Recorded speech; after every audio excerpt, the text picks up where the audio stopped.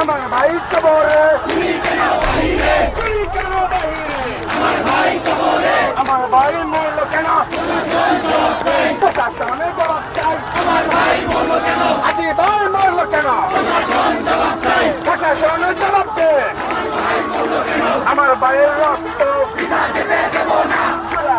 রক্ত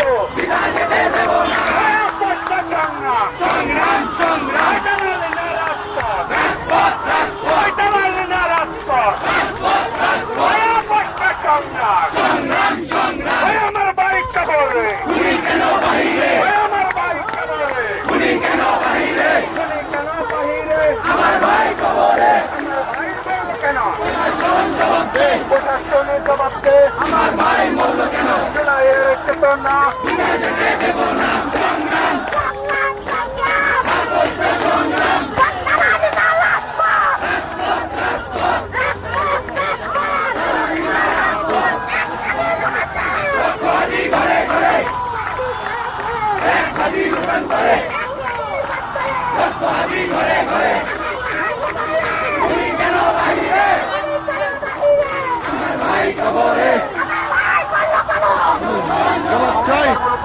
তাকে বসানো হয়েছে। তারা করে খাল খনন, তারা করে বিভিন্ন রাস্তা উদ্বোধন, এগুলোর জন্য তাদেরকে বসানো হয়।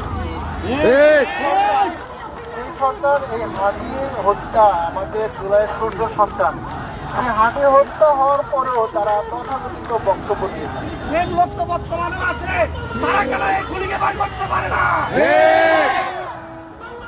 আমরা শুধু কি জানি না, খুনি হাসিনা করতে এসে ফাঁসি দেওয়া লাগবে। হাজি ভাই একটা কথাই বলতো, আমার ভাইয়ের কথাটা সবসময় ভালো লাগতো যে আমরা জান দিব কিন্তু ধুলাই দেব না।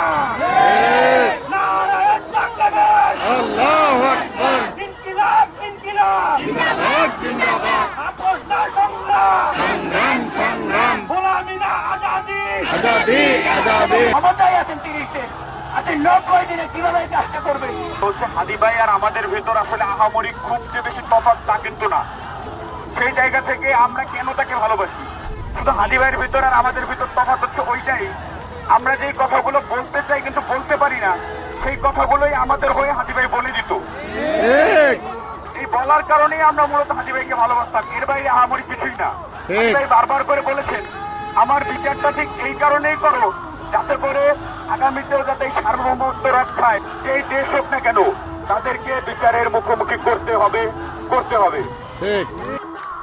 হাদি ভাইয়ের প্রত্যাশা ছিল তাকে হত্যা করা হলেও খুনিদের ধরে যেন বিচারটা করা হয়, এতে করে দেশে আইনের শাসন প্রতিষ্ঠিত হবে।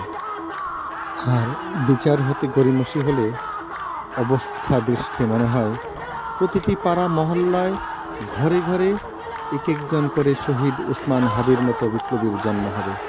ঠিক কিনা বলেন?